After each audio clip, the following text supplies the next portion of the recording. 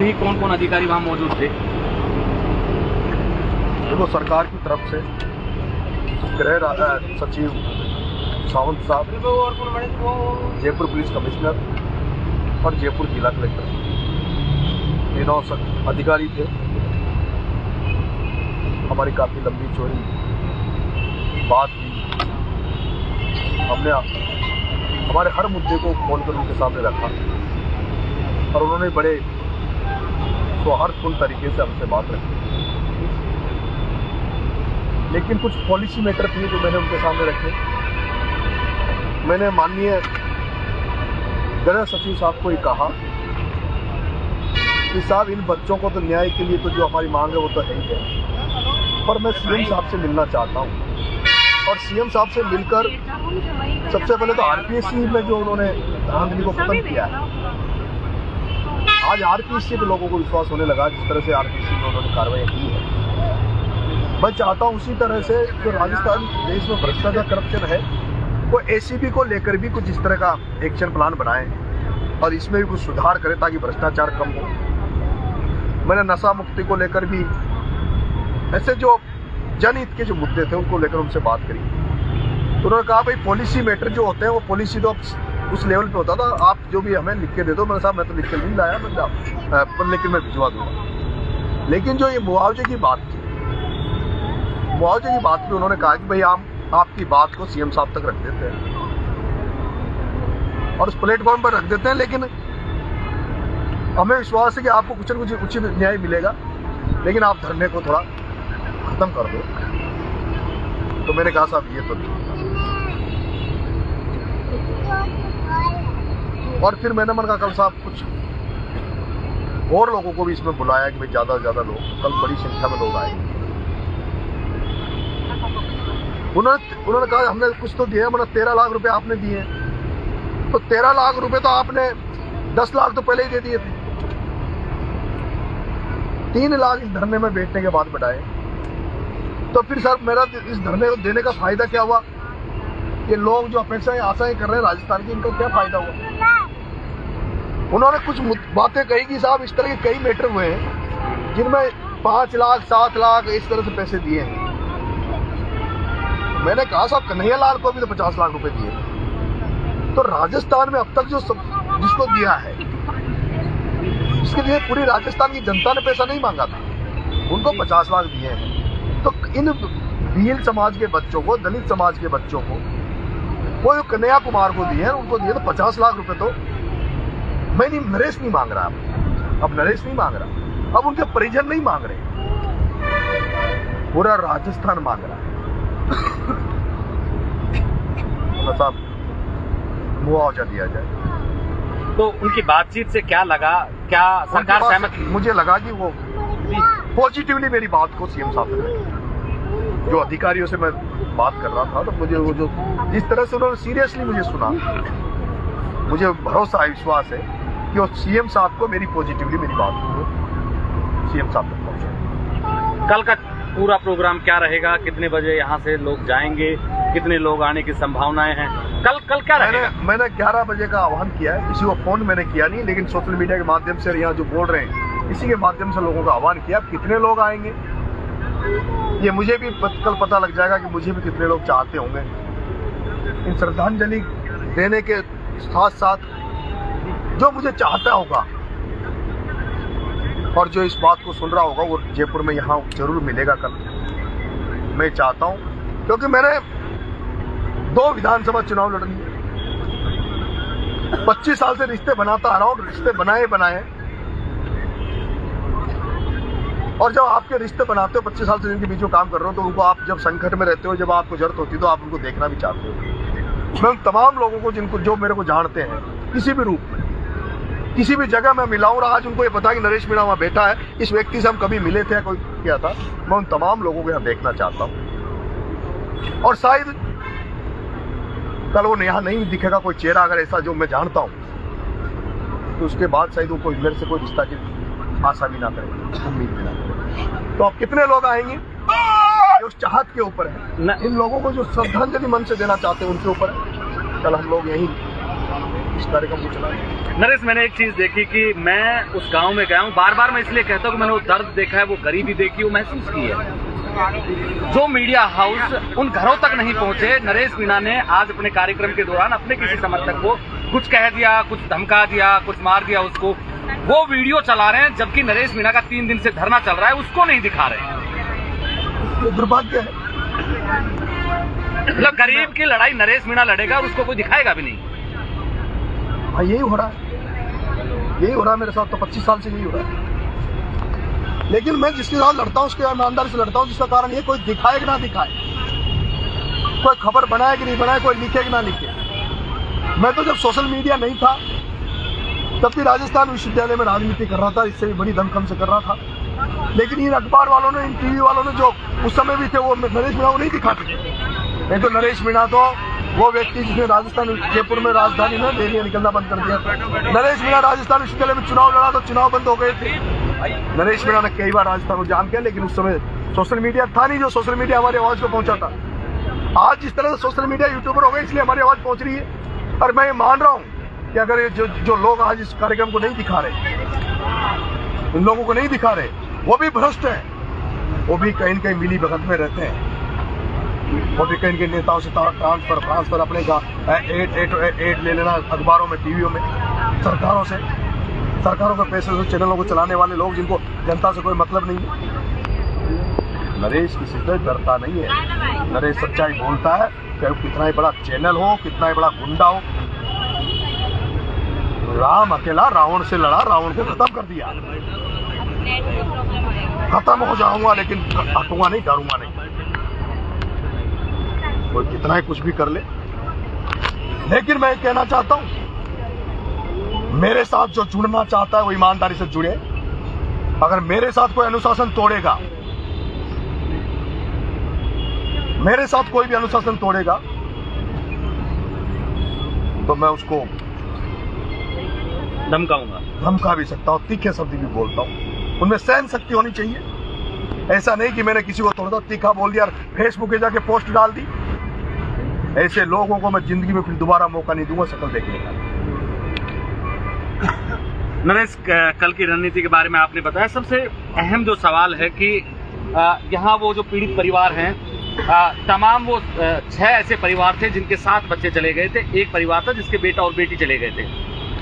जो परिवार आए थे उनको भी वापस बुला लिया गया, चले गए। वहाँ भी वो जो बचे हुए और परिवार थे वो भी नहीं आ पाए। मैंने प्रशासन को बात रखी है। मनगा साहब, जब इन परिवारों को मैं लेकर यहाँ आना चाह रहा था, तो 7 में से कुछ तो जो नेता थे वहाँ के, उन्होंने रोक दिया 3 को। तो 3 यहाँ आए, उनमें से बाद में कलेक्टर ने धमकाया। वहाँ एक पटवारी थानेदार चला गया, उन्होंने धमकाया, उसको ले गए। और इसीलिए मैंने बॉक्स रख रखा है। ये बॉक्स इसी बात का है कि जो 2 परिजन,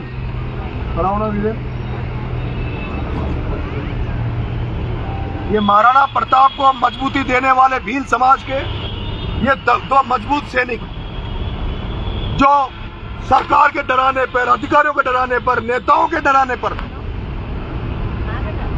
सब कुछ धमकाने पर भी आज ये नरेश के विश्वास करके यहाँ बैठे हैं।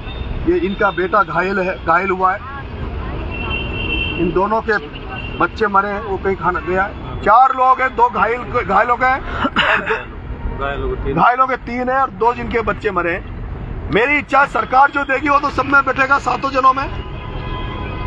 लेकिन मैं चाहता हूं कि ये इस डिब्बे से इतना पैसा इनको मिले ताकि जिन लोगों ने उनको दबाया, जिन लोगों ने उनको रोका, जिनको यहाँ से वो ले गए, बाद में वो उनको कह तो सके कि तुमने हमें क्या दिया है। नरेश मीणा ने तो उनको वो मदद करके दी है। इससे वहाँ के जो हड़ौती में जो दबे कुचले लोग हैं, जिनकी आवाज बंद करने का लिए उन पर दबाव डाल के जो बोल नहीं पाते, उनकी आवाज खोलने का ये डोनेशन बॉक्स है। वहाँ विश्वास बढ़ाने के लिए वहाँ के जो लोगों में कि नरेश मीणा के साथ खड़े रहेंगे तो हमें नरेश मीणा अधूरे रास्ते में, खाली हाथ भी नहीं भेजेगा, अधूरे रास्ते में नहीं छोड़ेगा। मैंने इनको कहा था, सरकार तुम्हें कुछ देगी कि नहीं देगी मुझे गारंटी नहीं है, मैं कोई सत्ता में, मैं पावर में नहीं हूँ, लेकिन मैं तुम्हें कुछ मदद इतनी तो कर सकता हूँ। मैं जब भीख मांगूंगा तो इतनी मदद तो मैं कर पाऊंगा कि शायद तुम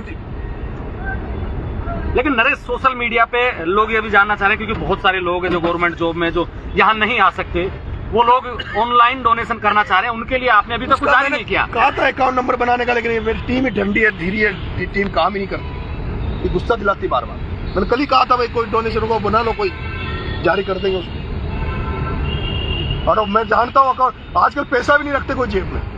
हाँ, कैश आजकल लोगों के पास कम होता है। लगता है अभी यहीं अगर ये पेटीएम चालू हो जाता तो सही, इनकी बहुत बड़ी मदद हो जाती। तमाचा मार दो सरकार भी, इतनी मदद इनकी कर दो, जलील कर दो उनको, ये मैं चाहता हूँ। ये रखा है और वो अकाउंट अभी जारी कर देंगे हम।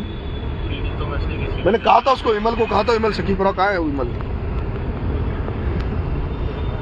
कोई बात नहीं, आ जाएगा वो, कर देंगे आज जारी, आजकल में बना। बस सरकार से पॉजिटिव बात हुई, उम्मीद है कि इनको न्याय मिलेगा। वो जो कि गृह सचिव भी मुख्य मेन जो सरकार के हैं, उन्होंने पॉजिटिव बहुत प्यार से सुना, लेकिन उनकी एक बात थी कि भाई आप हमारे आश्वासन पे ये धरना, मना साहब धरना तो 50 लाख तो कम से कम कन्हैया लाल को दिया थे। देखिए, नरेश मीणा है, सरकार से पहले दौर की वार्ता हुई, बता रहे हैं कि सरकार ने पूरी बात ध्यान से सुना है, गंभीरता से सुना है, और अधिकारियों ने आश्वासन दिया है कि मुख्यमंत्री जी तक इस बात को पॉजिटिवली पहुंचाएंगे।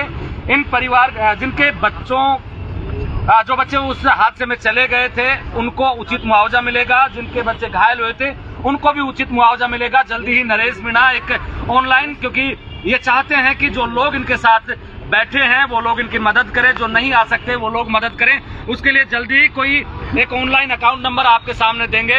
आप मेरे साथ देख रहे हैं ब्लैक एंड व्हाइट सच, मैं महेंद्र यादव, जय हिंद जय भारत।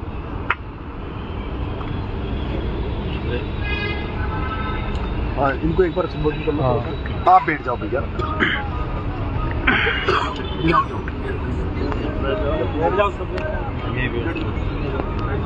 मेरी चालू है।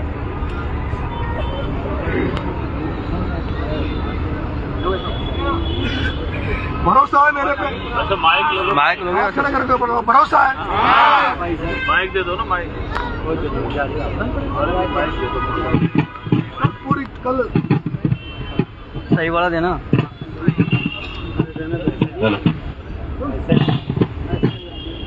कल की तैयारी करिए सब लोगों ने। हाँ, आप सबके मिलने वाले आ रहे हैं? आपके कितने आ रहे हैं? 4-5 गाड़ियाँ ट्रेन से जा रहे हैं।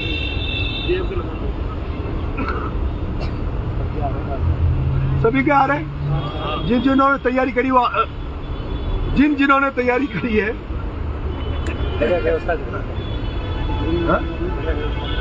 सबने करी। आपने क्या करी? कहाँ से?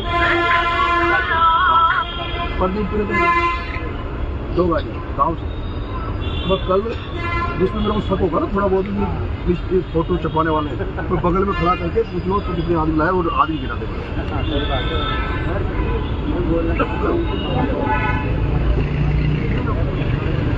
कोई मुद्दे के पिपलोदी के अलावा कोई मुद्दे पे बोले अच्छी नहीं, केवल अभी पिपलोदी, अभी बाद में बुलवाएंगे आपको, अभी बहुत टाइम, रुक जाओ भैया, दिन में बुला देंगे आपको। अभी थोड़ा अभी इन बच्चों को न्याय दिला दे, बाकी मुद्दे बहुत सारे हैं। वार्तालाप ठीक है, ठीक है ना?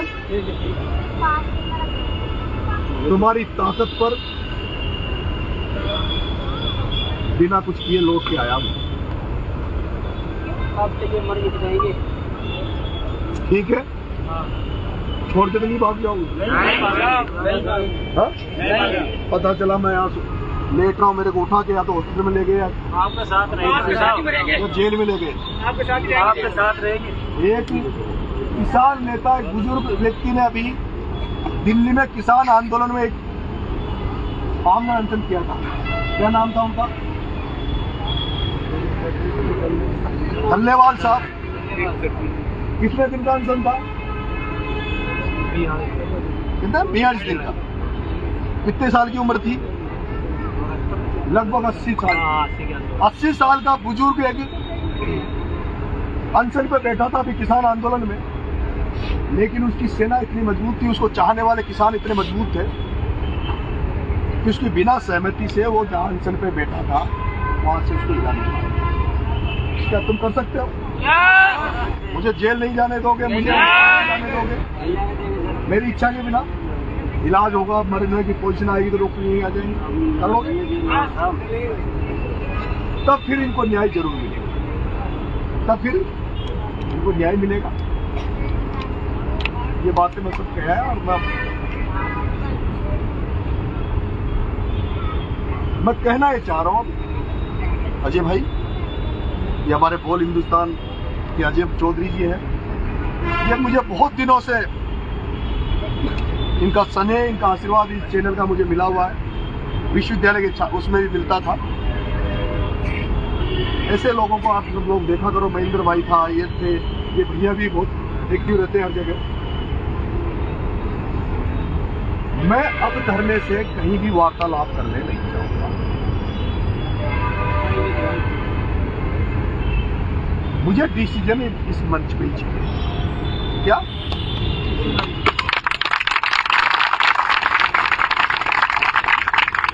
मैं जगह नहीं छोड़ूंगा इस शहीद स्मारक को नहीं। अब मुझे वहां से उठाने जाते तो कौन पूछ रहा था?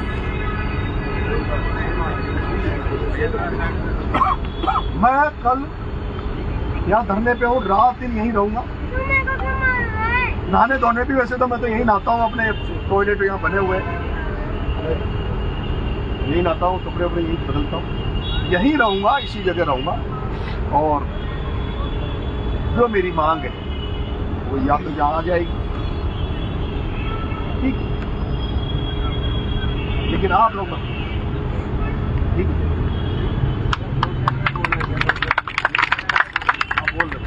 दोस्तों, जयपुर की धरती पर वो सैलाब होगा जिसका वो आगाज होगा, जिसकी हवा चलेगी वो गरीबों की सांसें बनेगी। सुबह दोस्त भर लो अपने बाजुओं में, दिखा दो अपना जुनून और वो हौसला, वो बुलंदियां जो हमारे बोझ के साथ मिलकर कंधे से कंधा मिलाकर भले जान जाए तो जाए पर कुछ न किया जाए। आज दिन तक इन गरीबों के लिए किसी ने क्या किया? इन गरीबों ने मायूसी, निराशी, वो मायूसी की लकीरें देखी है जो आज दिन तक किसी नेता को नजर नहीं आई। मैं विश्वास दिलाता हूँ, विश्वास दिलाता हूँ, अगर गोली भी लगे तो खाएंगे हम, निडर होकर आए हैं हम, जान भी देनी पड़े तो आपके चरणों में देंगे हम।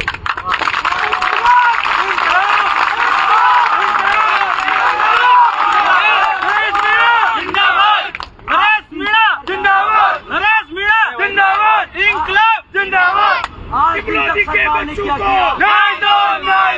आज दिन तक सरकार ने क्या किया? पीली चश्मे से लूज पॉइंट लिखे हैं, उन भविष्यों को अंधकार में डाल दिया जिन्होंने कुछ किया ही नहीं। दोस्तों, इरादे मजबूत कर लो, सुबह के लिए तैयार हो जाओ। न्याय लेके रहेंगे इन गरीब परिवारों के लिए जो हर तरह से मायूसी की लकीरें लेकर आज दिन तक दर दर भटकते आए हैं। उन कानून के दर पर भी निराशी की लकीरें लेकर वापस आए हैं। मैंने देखा है कई बार न्यायाधीश, न्याय मजिस्ट्रेट, अधिरक्षक, लेकिन उन शब्दों का इस्तेमाल किसी ने नहीं किया। वह शब्द केवल एक दिखावा बन के रह गए। उन शब्द का न्याय की जगह अन्याय लिखकर उन दीवारों पर लिख दो जिन्होंने ये शब्द लिखे हैं। नहीं तो दिवाली आ रही है, पुताई करवा दो, ऐसे शब्दों की पुताई करवा दो जिसका कोई वजूद नहीं। गरीबों को अगर न्याय नहीं तो देख लेना, सुबह ईंट से ईंट बजा देंगे। आप हौसला बन लो, अपनी बातों का खून गर्म कर लो। ये झूठा आश्वासन मत देना मेरे बॉस को कि सुबह नजर नहीं आओ और सुबह सब फ्री हो जाओ।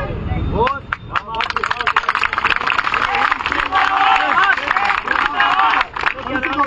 अर्जुन चौधरी, किशनगंज, जिला बारा, राजस्थान।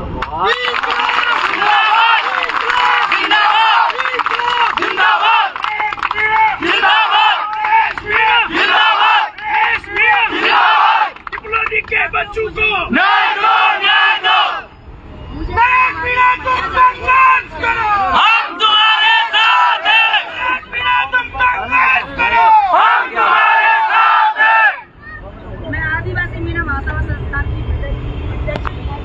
मीना आप सबसे वादा कर रही हूँ कि जिस हक और अधिकार की लड़ाई के लिए हम लड़ रहे हैं उसमें महाभारत में कहा गया था कि न्याय अगर देना है तो पूरा दो, और इसमें भी यदि कोई वादा हो तो दे दो केवल 5 ग्राम और रखो अपनी दूरी का, ये कहा गया था।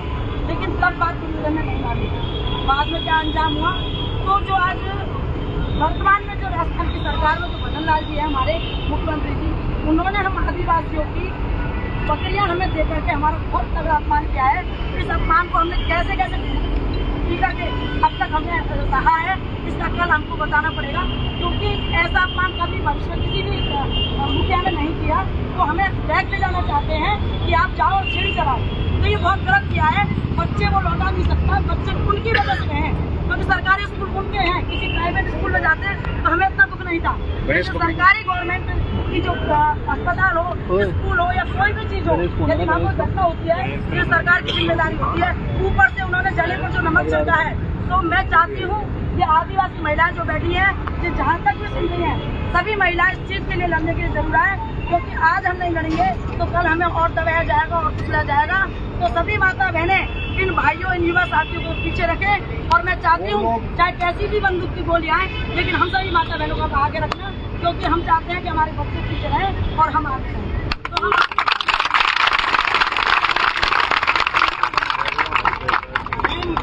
जिंदाबाद, जिंदाबाद। नरेश तुम संघर्ष करो, हम तुम्हारे साथ हैं, नरेश तुम संघर्ष करो, हम तुम्हारे साथ हैं। विप्लवी के बच्चों को न्याय दो, न्याय दो, विप्लवी के बच्चों को न्याय दो, न्याय दो। बच्ची सरकार मुर्दाबाद, मुर्दाबाद, मुर्दाबाद, बच्ची सरकार मुर्दाबाद। मुर्दाबाद, मुर्दाबाद। नरेश भाई सब संघर्ष करो, हम तुम्हारे साथ हैं, नरेश भाई सब संघर्ष करो, हम तुम्हारे साथ हैं। इनकलाब जिंदाबाद, इनकलाब जिंदाबाद। भगत सिंह, भगत सिंह अमर रहे, इनकलाब जिंदाबाद। इसलिए कर देंगे हम, सरकार को दिखाएंगे कि गरीबी और वो जो देते हैं उनके